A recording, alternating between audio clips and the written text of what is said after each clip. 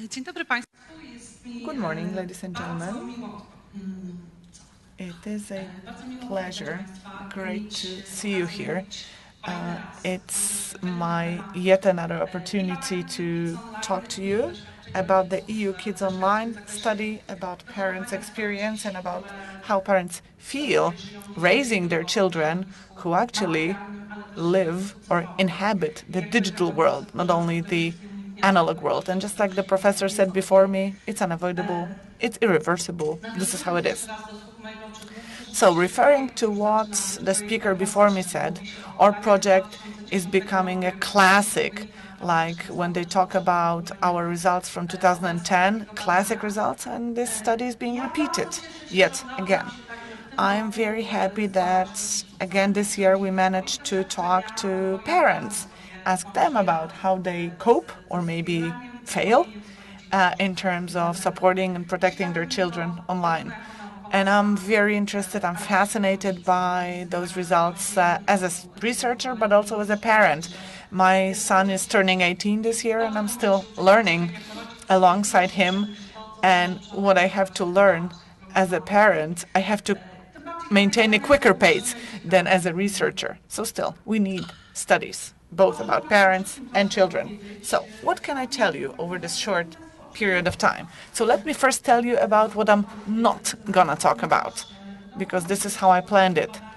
We managed to organize this extended study. There have been many factors that we asked about: psychological, social, habits online, strategies to protect and support their children online, their fears, their concerns, whether they know what their kids do online, how they learn, where they look for information about how to take care of their children online. We were asking about their competences, so lots of things, digital competences as well, right? You can ask about media competences or digital competences. There's different terms. And I have to say thank you to all the parents, especially that turnout was really amazing. The return rate that we got, where they really did that for free, plenty of questions they had to answer. So this goes to show that this subject is really relevant and important to them, because they've taken their time to fill in everything, answer all the questions. It took time, it took effort, and it only can be given by people who feel that the subject matter is important. So let me tell you about our sample. We're still collecting data, so it's really totally fresh off the shelf. So, but we'll have had in the end over 600 respondents who are parents of the children who belong to a representative group of children from Poland. And there is one more detail that is rarely mentioned if you study parents and if you talk about parental mediation, namely gender proportions. Who is responsible mostly for that, for parental mediation? Mothers. Mothers are the ones who are responsible for tech education of their children, which may not be so intuitive, right? So yeah, this is what happened in Poland as well. Let me say this immediately, that it's a trend for the entire Europe. In countries where fathers are generally highly involved in their children's upbringing, including online, still 36 is a big number of fathers' involvement, right, in raising their kids. It's still a high number. So let me tell you also, if I have time, I hope I manage, about how people answer some of the questions, or what questions people ask me when they come to my seminars. Always, those seminars have a great turnout. Plenty of people come. It's never an empty room, and they ask me lots of things. Also, in my private conversations, friends ask me what they can do, what kind of practices, what kind of things work? And I'm always happy if I can answer, because then they will know what to do to support their kids. Because if they can support their kids, then the kids will reap the benefits of technology, mitigating risks at the same time. So there are two kinds of parental support: active strategies, where when they enable things. So, for example, if they are enablers, they simply try to participate together with their child in the digital world. Just be active, do things together, talk about things that they see.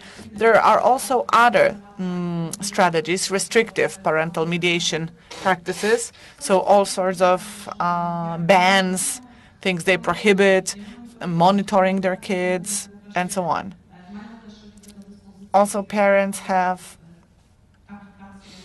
a number of apps at their disposal that will help them monitor their kids, but also support their kids actively.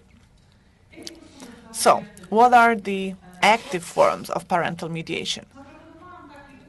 That's the way I visualized it, depending on, well, strategies depending on age of their children.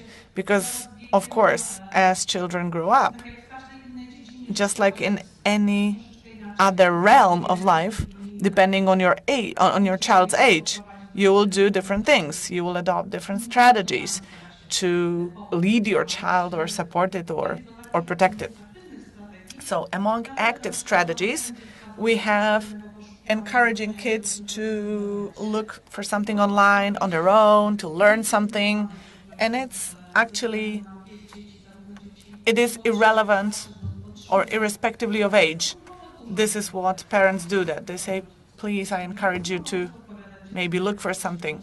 Sometimes kids tell their children or give them advice on how to be safe online, talking to kids as to what they do online, sometimes sitting together with them, right? So sitting together with the kid, being next to them, looking at what they do, the older the child, the less it works. Think about a teenager who's patiently dealing with his or her mom sitting next to them and looking over their shoulder. But still, sometimes they do that with younger kids.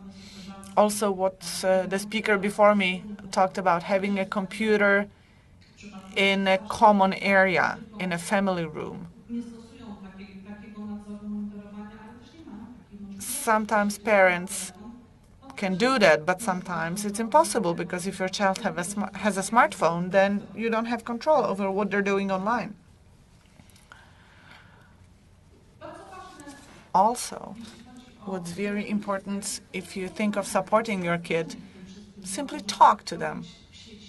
Try and participate in some way in what they do. Of course, this requires more time, more effort from you. Sometimes you'll have to do something that's less interesting for you as an adult, but still, you're participating.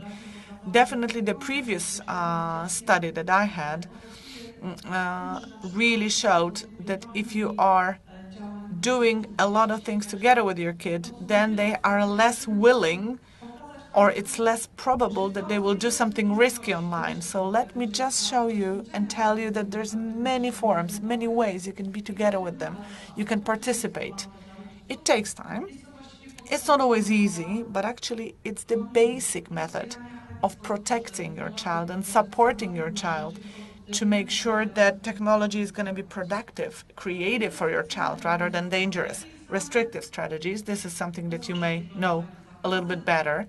So all sorts of bans. Well, our kids, as you can see, have quite a lot of freedom in using social media and apps around social media. So look at the age group of 13 to 17. Actually, nearly 17% can go on social media always. And let's remember, a 13-year-old child is a child who has just barely been allowed to open their own account, right? 13 is the age limit, right? So think about it, how quickly they get this freedom. Oh. And also among younger children, 23% of them can use social media always. What does it mean always? It means they don't have to ask. The parent may have no idea that their kid is on a social media app, especially that these are kids who technically, because of their age, shouldn't even have an account, especially without their parents' consent or knowledge. So let me check the time. Also, what parents mostly prohibit their children to do, younger and older children, is exchanging or sharing files or photos online with other people. So this is the area where parents are pretty restrictive. But the question is whether such restrictions are not going to then result in lowered competences, a lower creative drive to use the internet, because actually sharing digital content, content of culture, may be something more than just passive consumption of content.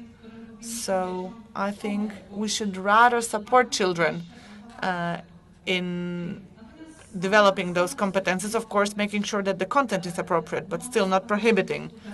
Restrictions may not be enough, or restrictions alone should not be enough. They should go hand in hand with active parental mediation, so all the other forms of support that I've just mentioned in previous slides. So that's yet another question that's reverberating in my conversations, namely parents' digital competences. Mostly parents say, I'm not ready, I don't know, I don't have the skills. Let me again refer to what the speaker before me said. At one point he said about younger running faster, but the older knowing the way better. So in all the other social contexts, everywhere where we have to prepare our children for the adult life, we really mostly know more. Believe me, even though we feel we cannot be as seamless, as gracious, as savvy with technology as kids are, we have more years of social experience under our belts. We know how to behave. We know better what's wrong, what's right, what's appropriate, what's inappropriate. These are the things we should teach them. But still, let's go back to my results. What parents have been saying this year about how prepared they were, about how knowledgeable they were in the online world. And you can tell by children's age groups, age brackets, and parents' age brackets. So parents up to 40 years old, and I'd say up to 40, below 40. So you can tell, even by this divide, there's a lot of things that you can tell. So younger parents are much more confident, and they rate themselves higher in terms of being internet savvy. Older parents tend to have a problem with that, or at least that's what they admit. Another question is that of whether parents know more about the internet than their kids, because it's one of the myths that kids know much more about the online world. And again, younger parents, maybe it's a generational shift already. They don't feel as if they're lagging behind their kids so much, while older parents still lack the sense of being better than their kids in terms of the online world. We also asked parents straight out, do you have enough competences to help your kid deal with difficult things online, they encounter online? And most parents are saying yes. vast majority. However, one would like to have a higher percentage of definitely yes answers rather than rather yes, but still, it's a big change compared to my previous rounds of research. They feel in themselves more confident. Where do parents get their information? How do they learn about the safe use of internet? Mostly they learn from family members and friends, but also from TV, from the radio, from the press, also from their kids' schools.